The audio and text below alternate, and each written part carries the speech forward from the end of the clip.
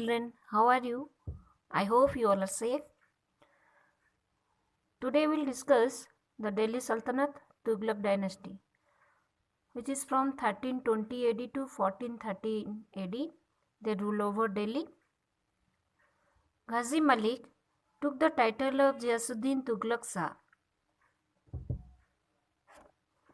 and he was the founder of Tughlaq dynasty. 1320 AD, he became the Sultan. He annexed Telangana, Madurai, and Bengal. Ulay Khan or Jona Khan was the son of Ghiyasuddin Tughlaq. He had built a wooden platform to welcome his father back from Bengal. However, the platform collapsed when the Sultan stepped in it and he died. Then Ulay Khan succeeded to his father and took the title of Muhammad bin Tughlaq.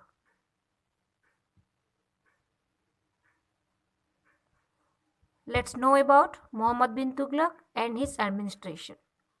He was the most famous ruler of this dynasty. He was a great scholar. He had great interest in religion and philosophy. He was intelligent, creative, well versed in science, mathematics, and logic.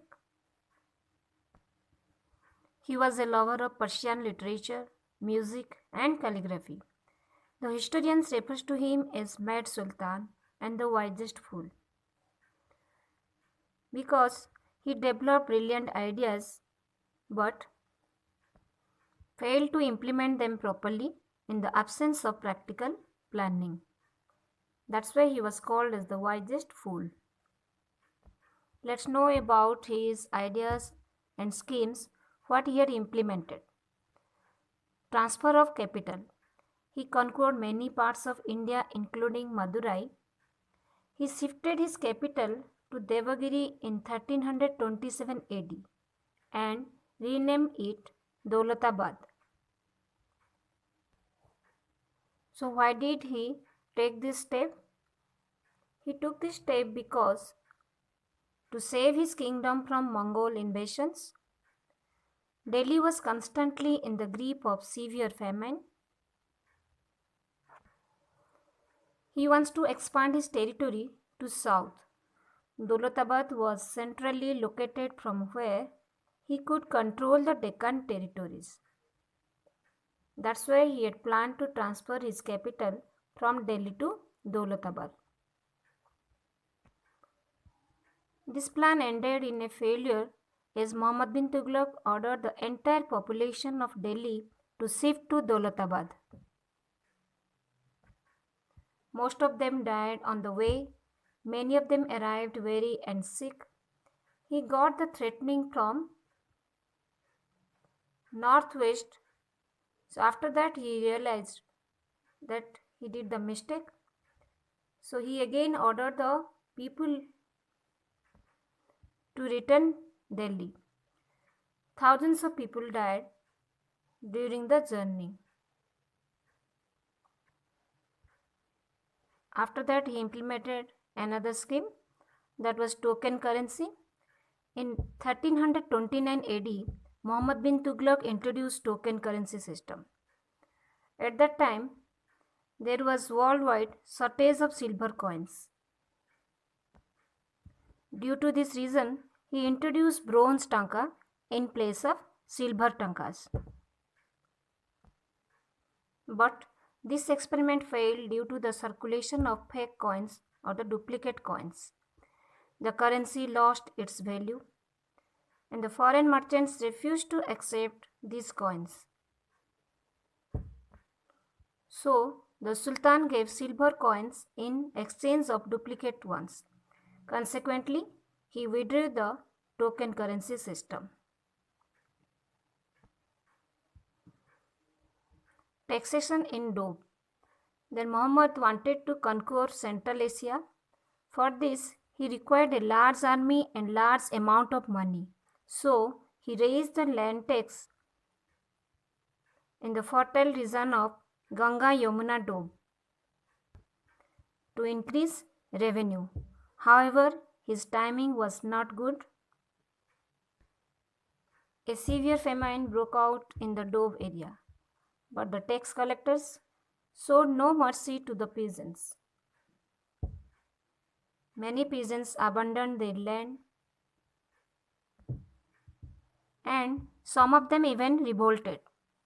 In the end, he had to withdraw his new scheme. Later, he took effective steps to fight with the situation. Let's know about his another scheme, that was plan of conquest. Muhammad bin Tughlaq wanted to conquer the world, so he organized a huge army.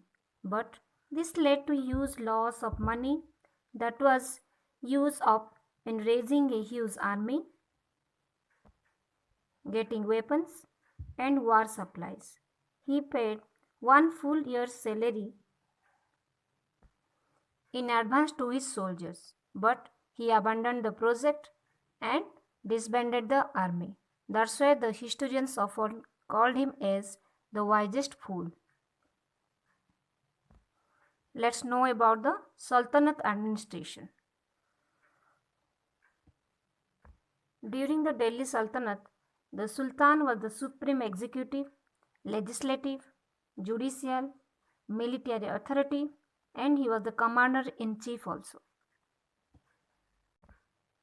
He takes care of revenue and expenditure, and he was assisted by many ministers.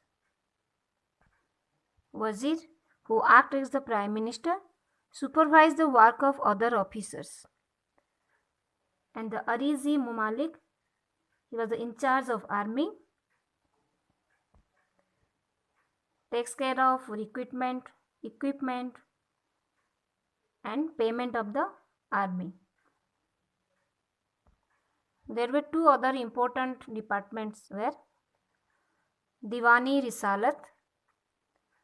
This department takes care the religious matters, and this department was presided over by Sadar. He was the Qazi. He was the head of the Department of Justice, advisor of Sultan. Then Diwani Hinsa. This department deals with the state correspondence. During the Sultanate, the empire was divided into provinces, which are called as Iqtas.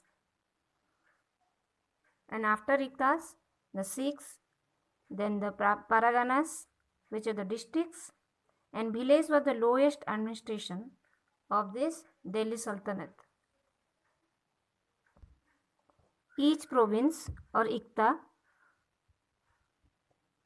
was placed under the officers like the Muftis to facilitate local administration. The village headman was called as the Muqaddam. The record keeper was the Patwari, and the village accountant was called as Musrif. Let's know about the nobles. They were the powerful political leaders in Delhi Sultanate. They were the provincial governors. They were the military commanders also. So let's know what was Iqta system. The practice of giving grants of revenue from a territory. And those who given, they were called as Iqtadars. This is all about your Delhi Sultanate.